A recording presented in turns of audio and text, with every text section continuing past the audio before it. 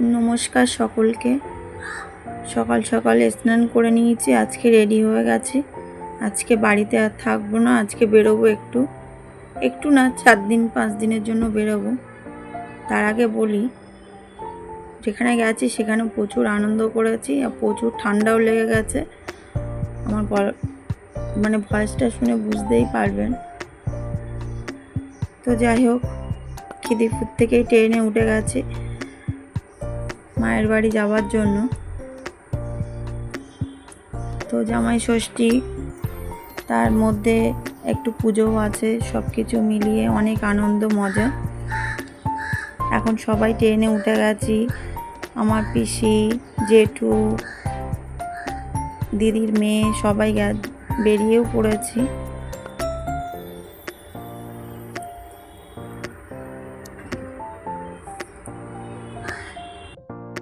সবাই গল্প করতে করতে বারাসাত ঢুকেও গেছি।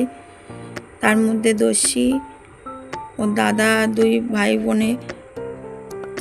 আমাদের ছেলেবেলাটাও এরকমই ছিল, জানলার ধারে দাঁড়িয়ে সব কিছু দেখা, বক বক করা। ওরা দুজনে তাই করছে।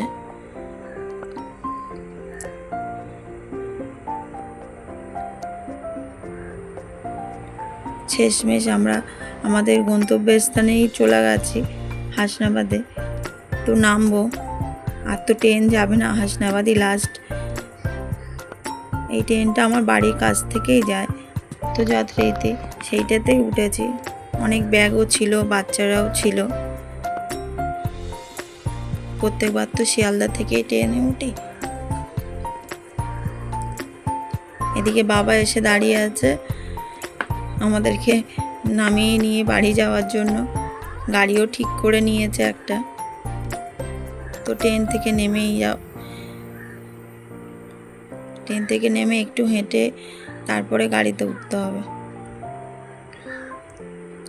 এটা হলো হাসনাবাদ ব্রিজ।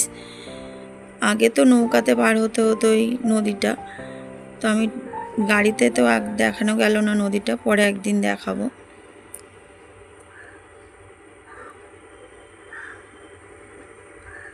আমার তো ভালোই আনন্দ এরকম হাওয়া বদলের দিনে।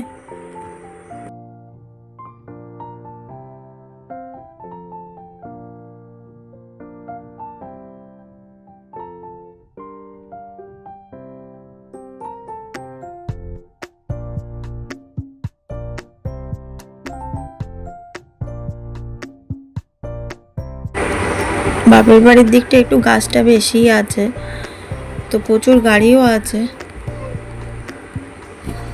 তারপরে বাড়ি কাছাকাছি তো চলেই এসছি।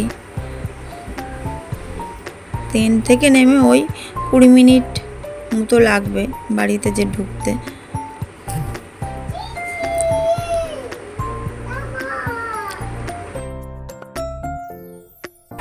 নিজের পাড়া, নিজের রাস্তাঘাট দেখে ভালোও লাগছে। তো যাই হোক, বাড়ির গলিতে ঢুকেও গেছি।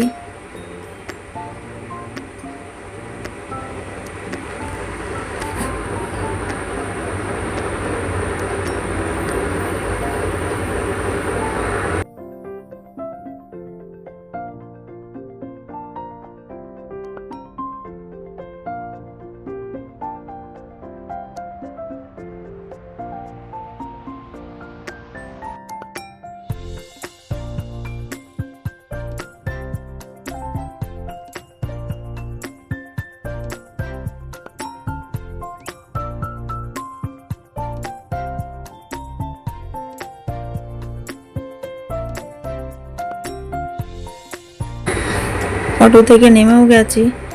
বাবা এদিকে কাজ শুরু করে দিয়েছে, দুদিকে ঘর ভর্তি ঠাকুর, তার মধ্যে আমরা সবাই। তো যাই হোক, দেখে ভালোও লাগে। ঘরটা ফাঁকা হবে আবার সেই কার্তিক মাসে, তো কার্তিক অঘ্রাণ মাসেই খালি হবে। সবাই এক এক করে ঢুকছে। আমি ঘরে ঢুকেই আগে একটু ছাদে এলাম দেখতে। এখানে টিয়া পাখিটা বসে আছে। আমার ভাই আবার 2টো কোথা দিয়ে পায়রাও নিয়ে এসছে। তারপরে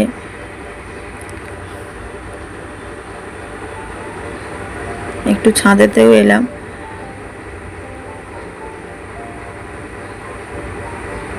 এসে একটু মনটা ভালো হয়ে যায় বাইরেটা দেখতে। তো যাই হোক, আমার বাপের বাড়িটা কেমন লাগলো তোমরা কমেন্টে জানিও। আজ এই পর্যন্তই, আবার দেখা হবে নেক্সট ভিডিওতে।